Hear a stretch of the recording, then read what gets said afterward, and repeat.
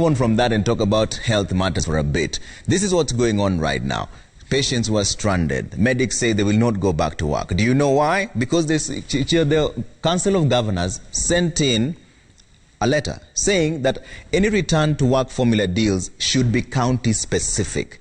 No budget allocation to implement the current deal as it stands. Counties need special grants to honor the deal with the medics as it stands. But critically ill patients continue to suffer as healthcare workers' strike persists. The strike by workers has paralyzed services, with hundreds of patients remaining unattended in public health facilities. This as clinical officers under the Kenya Union of Clinical Officers staged a peaceful procession to the Council of Governors offices to protest refusal by the governors to sign the return to work formula. Rtwf has more. The situation in the country's public health care is getting worse by the day, with clinical officers, nurses and doctors in some counties out of work, leaving hundreds of critically ill patients suffering. In the health facilities in Mombasa County, services are paralyzed. At Mlaleo Hospital, women seeking prenatal and antenatal services are stranded.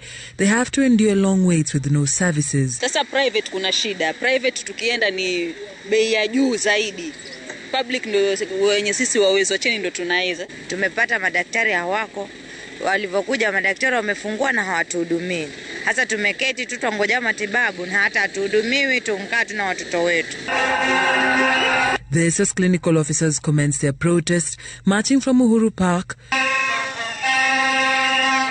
to the Council of Governors offices at the Delta House in Westlands. The health workers' procession prompted by the governors not signing the return to work formula after they had called off their strike December 31st and resumed duty. The paralysis provoking some county bosses to take stern action. Uasin Gishu County now threatening to withhold salaries for all striking health workers. But you cannot use COVID to biggie your quest for more salaries and so forth. Our position as county government of Uasin Gishu, first courts have declared that strike illegal. So people have to be in work. Anybody who is not going to be at work, I can tell you for free, there will be no salary in January. Na tuwache kudanganyana. By not ascending to the document that they fully participated and only taking, or rather thinking they have a monopoly to communicate lies, telling Kenyans that they were never involved. This is what we are protesting today. We demand that they assent to the document, because as it is, we do not need any negotiation. A meeting that had been scheduled to take place with the Council of Governors, Ministry of Health, Labour and the SRC to end the stalemate was postponed, further prolonging the health worker strike. Even after walking all the way from Uhuru Park to Westlands, here at the offices of the Council of Governors, the clinical officers were not addressed by either the chairman or the CEO. Their strike still continues.